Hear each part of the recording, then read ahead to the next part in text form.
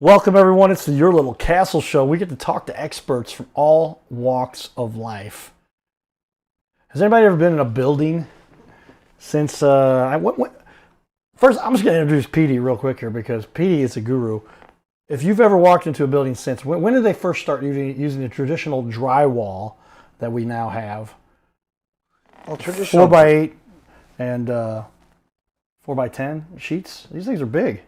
Yeah, drywall came about mainstream, I would say, in the early 60s during commercial apartments when they got into full swing, and then it fell into houses, and I was in full swing by the 70s, whereas plaster still held its own. You know, everyone's got these beautiful old homes that are still plaster, and they want to keep it the original way. They want to keep the plaster in there, and that's where we come in.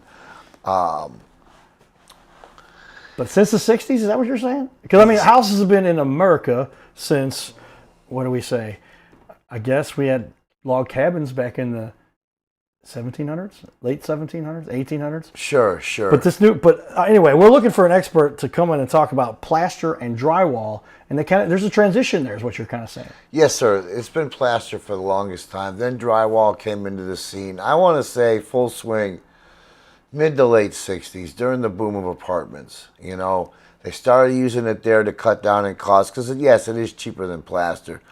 But a lot of these homes still have plaster. A lot of these homes that are with us today that were built in the early 18 and 1900s still have plaster. I know it. My family owns a couple of these houses. My dad grew up in a house in the middle of Missouri. It's a Victorian home, 12-foot ceilings. I'm gonna have to come down there. Maybe you can do some of the plaster work we've got in there. But in the apartments we've got set up as an Airbnb now.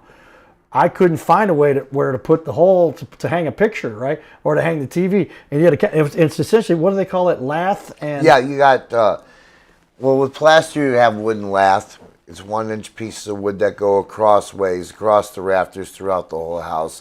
Then they came out with wire mesh, and that took the place of lath. It came in bigger sheets, 8x4 sheets, 8x2 sheets, and you would just hang it, staple it to the lath, go over it with your base coat of mortar, then your base coat before plaster, and then your plaster is the third coat. There you go, ladies. And so then the plaster. So I was poking around between this because you can see when some of this deteriorates. You can see those little, looks like almost like ribs that they've got going across. Sure. Right? What happens is the mortar gets old, and it's like us. Mortar turns back to dust, just like we will one day. Well, that's the first coat that's on there is the mortar coat, so that rots away, turns back to dust. Now you have air in the wall pushing against the base coat, pushing against the plaster, and that's why it pushes out and it falls out of the lath.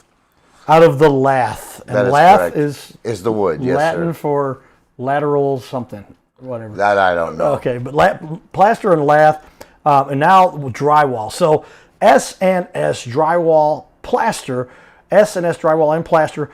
Let us make your plaster pretty. 636-875-2413. Petey and I met last week. Yes, sir. We talked for a little while, and you had some things you're working on to stay healthy, and we talked in between that a little bit, and then we talked about we said you wanted a website. Yes, sir. So when did we start on your website? Last week, I believe. Friday, Thursday? Somewhere along those lines. But the point is, ladies and gentlemen, we decided we'd help Petey with a website. So look at this on the website, on the Weber. But first, before I do that, as I interrupt myself to say, got to shout out to our sponsors. You got to have a nice house. Petey might have been the one that came in there and built the whole thing, the interior, all these beautiful walls. We're going to show you a lot of his work we got here. But you need nice furniture in that house, of course. How many houses do you work on that have beautiful furniture? All of them. All of them. All of them. Go to Carol House, Brooke and Amy, Carol House Furniture, because you like nice things. Where do people like their nice things? In their beautifully finished, beautiful drywalled house. Maybe Petey did for you there. And we got a number of our past guests. You can see how many. This is a sample of hundreds of guests we've had on our show. We want to have Petey on to talk about his expertise. So with that, I'm going to pull up his website. And this website, because I'm good at websites, and it just makes it a lot easier these days because the websites now, you can literally, if you know how to build them, have them done in a couple days. We did that for you. Yes, sir. We want to showcase what you're doing a little bit because we felt like you deserve to have a website because you are such a staple of the community doing this for 33 years? Yes, sir. Started on Nantucket Island, Massachusetts, where I'm from, working on those old homes that were built in the 1600s. It was all plaster restoration. Yes, there was drywall on Nantucket, but like I said, my thing was historic restoration of these old homes and keeping plaster in these old homes and not tearing out the plaster, replacing it with drywall, but keep it all original. All applications of interior plaster. Well, that is what we're talking about when you get experts again who are making things that last. You want something, who doesn't want something that lasts as long as possible, because well, we only have a short time on this planet, and if you're not going to do something that it provides for something of sustenance, then what are you here for, right? Because there's not much there. Otherwise, we're wasting our time. We want to make the best quality stuff that we can. So you see, I have a little bit of the work. I've got a picture up here already for some of the work, and we're going to show a lot more of this as we go on here. But I want to talk to Petey a little bit more. I have a list. I have questions. I have questions, Petey. I want you to help me understand this process. But tell me, you gave me that background a little bit, but you've been doing this, and now your son has been. My stepson, I took him under my wing 5 years ago, and I taught him this. I taught him plaster and drywall, and I taught him that, you know, here we are in St. Louis. St. Louis has some of the most gorgeous old architecture on the residential side I've ever seen. These gorgeous old homes down near the university, near downtown. That's when they built something. And all those homes are all plastered homes, the original way, before sheetrock was even invented. This was the original 3-coat system of plaster, and where you put the mortar first, then you put the base coat, then you put the plaster on top of that, and that stuff still stands today. And these folks with these beautiful homes down in the city, their plaster's starting to crack. It's starting to chip away because of age. And that's where I want to come in and make it pretty again. Let's make your plaster pretty again. Let's bring those walls back to life, back to their original way. And St. Louis has some historic homes that are going back to the 1800s. I just finished a home, was done in 1903. It was a 3-story in Tower Grove, complete plaster restoration. It was built in 1903. 1903, so that's 3 years away from the 1800s. And I happen to know this because I can only assume that my parents' house, my dad went to heaven, but the house that my mom and I are working on, my sister's involved, and it's a big old Victorian home. We were pulling off wallpaper. I wasn't actually. I was running around dropping screwdrivers down pipes, I think. But they used to joke about that. I was my dad's opponent, he would say. But they pulled off some wallpaper, and behind it they said originally wallpapered in 1886. And that's further west, so I can only assume that they were moving west, so there's things that had to be older than that built here in St. Louis, further east, the gateway to the west. That's right. All right, well, you enjoy helping making these beautiful historic buildings look like they did when they were first constructed. Is that true? Absolutely. Tell me the process for that a little bit as we get off my beaten path, but I want to learn about this. I have people call me up, come to see their historic. I've done commercial historic restoration. I did a building in Belleville. I can't tell you the date it was built, but it was an attorney's office. That was all plaster restoration.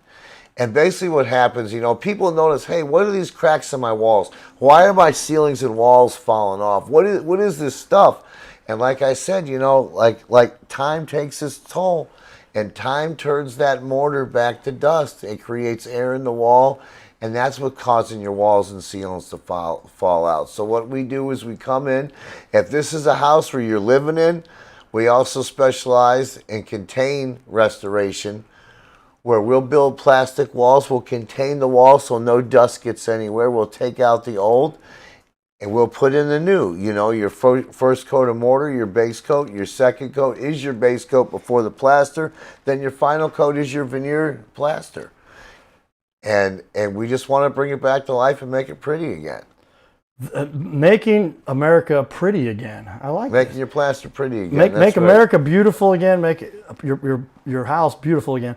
I just can tell you, man. My parents are on a teacher's budget. You know, they didn't make a ton of money. They kept the house going. It's still there. My goal is to make millions, maybe multi-millions, and probably give it all away. I like organizations I want to work with. That's kind of my goal in life. Give it away to your niece and your nephew. All it does is make them not good people sometimes if you just give them money, right? Because then they don't contribute to our little planet. I don't want my niece and nephew to be that way. They're great. Niece is about to go to her first year of college. Amen. And so, but yeah, let's restore some of these things, make them look beautiful. And I think if I can throw a few bucks in, can you drive down to Fayette, Missouri? Absolutely. We go out of town. We've done restorations out of town. I've done restorations out of state. Um, I'm just here to bring back the old and make it pretty again. St. Louis set it off when I first came to St. Louis. That's the first thing I noticed was this old architecture, and I knew, man, all these houses got plaster in them. All this gorgeous stuff can be brought back to life again. People are buying these homes. People are restoring these homes, but they don't know where to go to get the plaster done. There's a lot of folks that do plaster. A lot of folks that specialize in all aspects of it, but I'd like to say I like to specialize in bringing historic buildings back to life again. Bringing back, take note, everybody, bringing historic buildings back to life again. St. Louis has a lot of those. They're all over the region. You get to work on a lot of them. How many houses do you think you've worked on in 33 years that were of the historic type? Older buildings, 200 or 300, maybe 150, 200 years old. Take a guess. I would like to say, and we do drywall. We do drywall. Well, I was going to make that point too. We do it, and we take pride in that as well. But like I said, I couldn't begin to tell you how many historic homes I've redid the plaster. I would have no idea. It started back in 1985 on Nantucket Island. It followed me to Texas in 1990. Followed me here to Missouri when I came to Missouri. And it's everywhere. You go all over the United States, you see these old buildings, you see these old houses, and it just takes you back. And why not bring them back to the original state? Hey, new construction's great. People like new stuff, and I get it. But people also like the old stuff. And there's nothing better than the old stuff looking pretty as the day it was done back in the early 1900s. Well, there you go, ladies. If you'd like to get a hold of Petey, I'm going to put up here on the website, on the wall, we built the wall, everybody, the TV wall, and it has lots of information because ideally you get to see, obviously, where you're at with all of this. So if I hit the button there, yeah, check it out. This is Petey's new website. Finished it about 4 o'clock this morning, but I wanted to have it ready for the show today. And you can see some of the examples, some of the work in progress, some of the old floors that go in with the walls. All of it's can be authentic and brought back to original. To get historic designation, you have to restore things back to the way they were. Amen. And pass that through the Historical Society, don't you? Is that also true with how this gets done? Oh, yeah. Yeah, especially dealing with the Historical Society. They're real easy to work with. I dealt with them on Nantucket. Real easy to work with. And their mindset's the same. Keep it original. Keep it beautiful. Just keep it keep the structures of the day of old beautiful. Yes, and they lasted forever. These buildings have been around. How often do they have modern buildings that we have like today? And they say, rather than even try to reconstruct that thing, just tear it down. And these are buildings that have been built in the 60s or 70s and 80s, but they don't have the same structure. They don't have that same authenticity. They don't have that same design. And they're a lot easier to tear down because they got the studs and the wallboard and just the overall structure. I mean, my house where I live, I can tell you, they've got the Tyvek on the outside there. You get through that, you get to the outside sheet wood, particle wood usually. Yep. Not like particle board, but particle wood. And you get through that, then you're in through the drywall and you're in the house. That's right. That's right. And so these old houses, man, they've got my parents' house down in Fayette. We should show some pictures of that, maybe some examples. I know you got a lot of pictures. Didn't get all the pictures on the website. Check back on the website. We'll get all those pictures out there.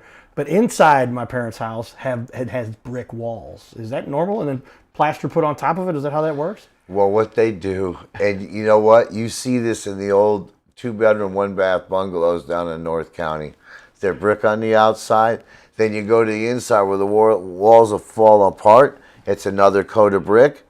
And then you see where they put the mortar on top of the brick. And then the base coat for the plaster. And then you see where the plaster went. As a matter of fact, when you reach in there, you take a piece of this wall out and you're holding it in your hand, you can actually see the layers of stuff right there and from its original state. Well, because I do want to get your pictures, I want to give people a little example of what you're talking about, because it is very much true that these houses are beautiful and historic. So let me pull this up here. I'm going to put this on the wall. I'll put it over here. Take a look here, and hopefully I'm not embarrassing my mom with anything. But this is the old house in Fayette, Missouri. And I'm going to kind of skip around here. As you can see some of these pictures that are flashing behind us. But look at this. Oh, wow. Okay, so here's an example. Here's the stairs. Let me put that. I'm going to put this on the wall for everybody to take a look at here so you can see what I'm talking about. But these kinds of buildings, they deserve to be restored. When you Absolutely. say this is what you need in our world. So here is the stairwell. It spins around, goes down to the lower floor. There's the ceiling, drop ceiling light, if you will. It's all made out of the old traditional.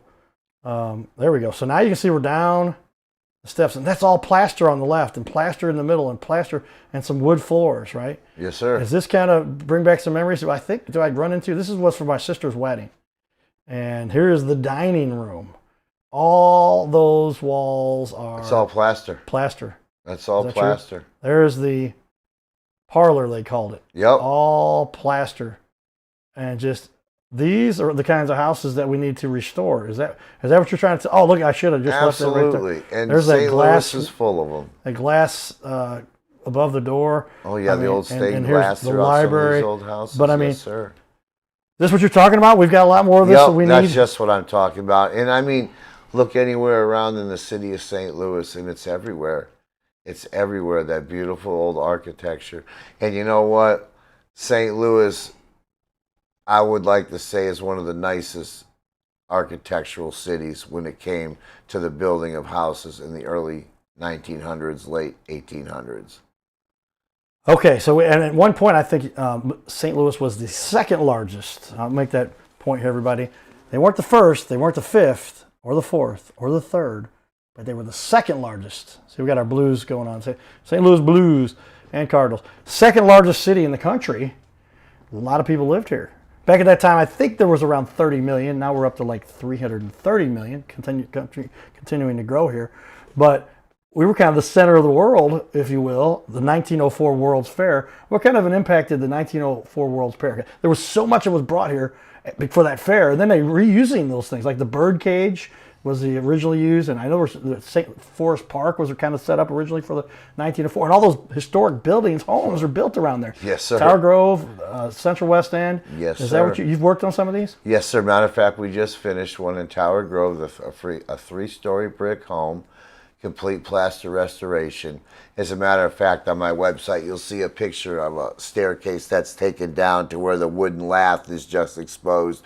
Then the wire and then the wire mesh, and then you see where we did the plaster work. Is it this picture right here? No, sir. Okay, we'll have to get to that eventually. But I know you gave me a bunch of pictures. We put a lot of them out there.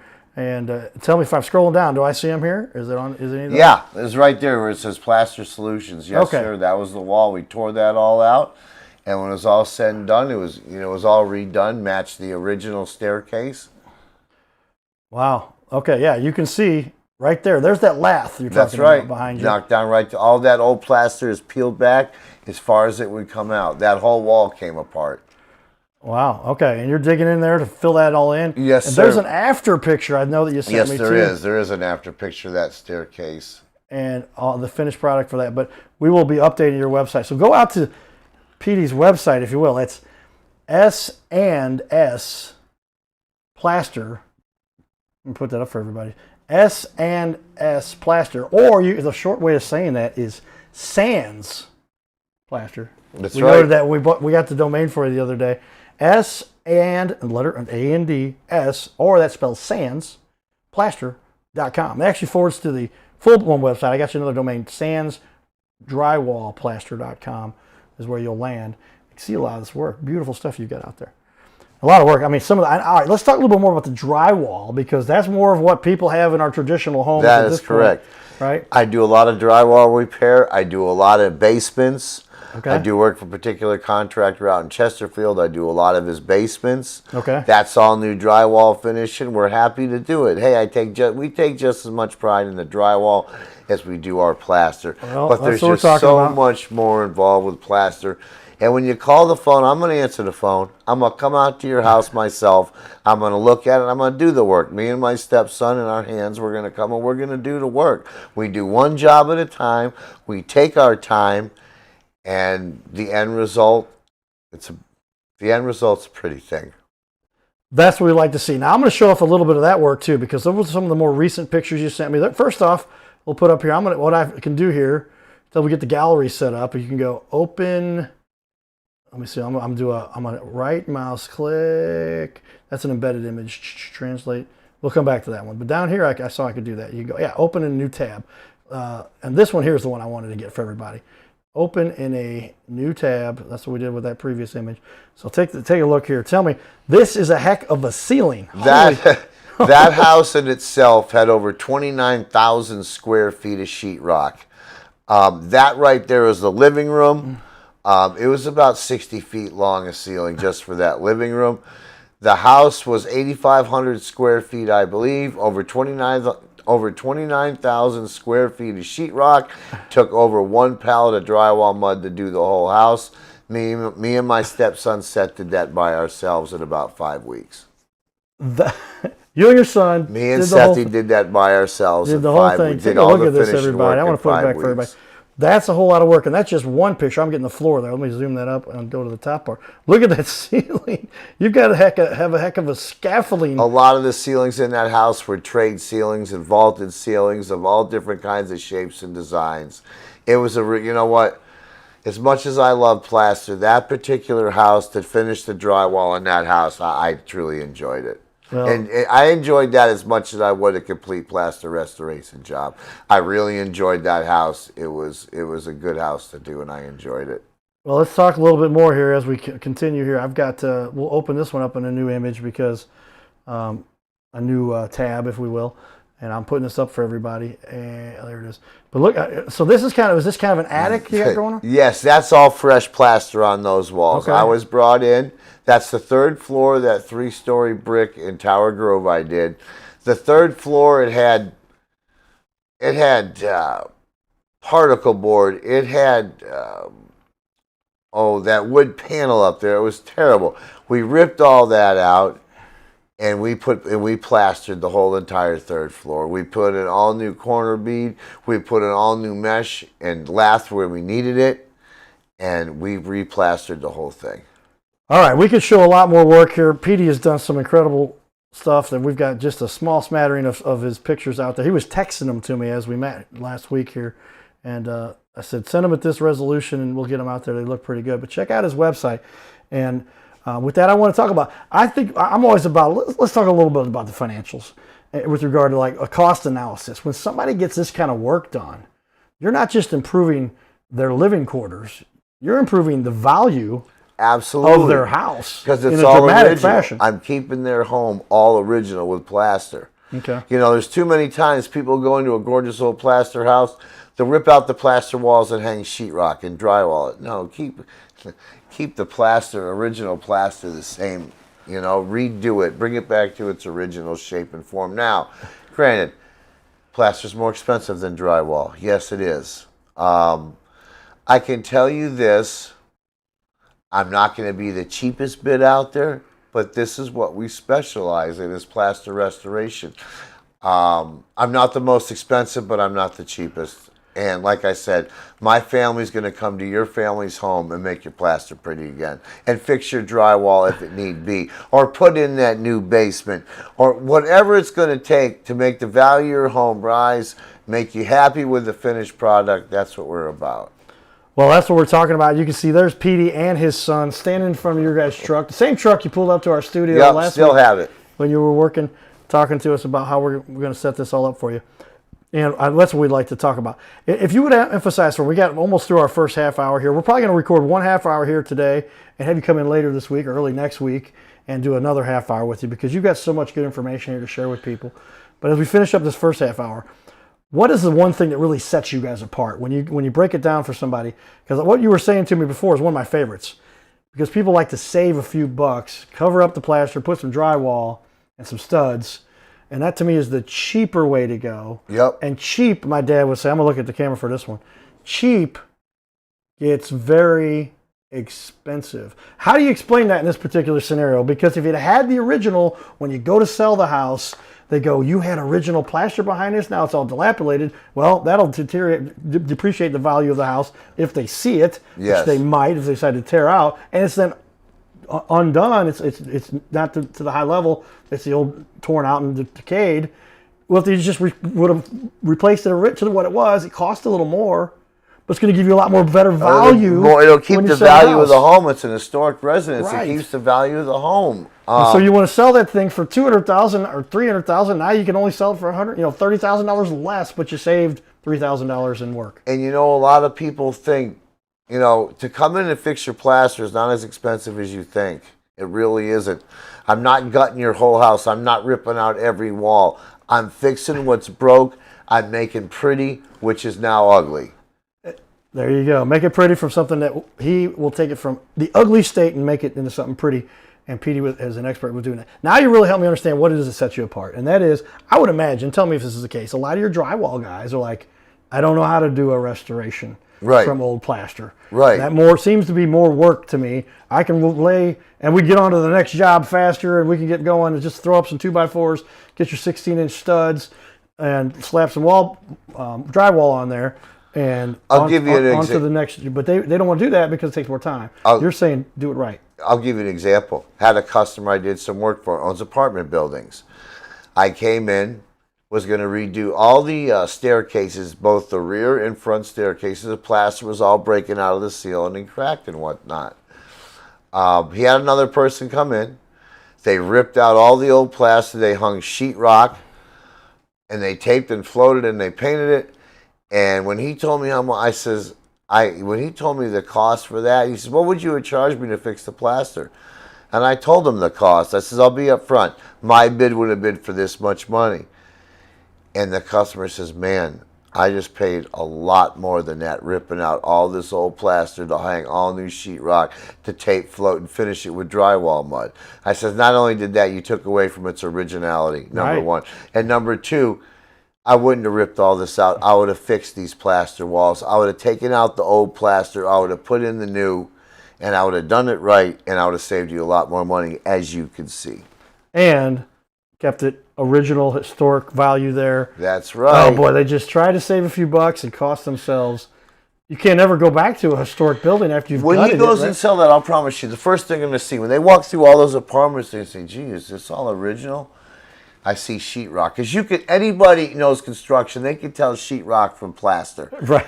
And they'll say, well, yeah, we ripped all this stuff out, we replaced it with drywall. That's right. That's right. Yeah. And like I said, I could have fixed it, could have brought the plaster back to life cheaper than what he paid to have it all ripped out and hung sheetrock and all this and that. Now, I would have done that if he said, Petey, I don't care about the plaster. I just want the sheetrock. Customer's always right. Yes, I would have tore out the old plaster. I would have hung sheetrock and done exactly what he wanted me to do. Would I have cringed doing it? Yes. But the customer's always right. But I'm always going to push the restoration of your historic building. We got to finish right there, Petey. Stay tuned for the second show. We'll record that here not too long from now, but get a hold of Petey. Get up, everybody.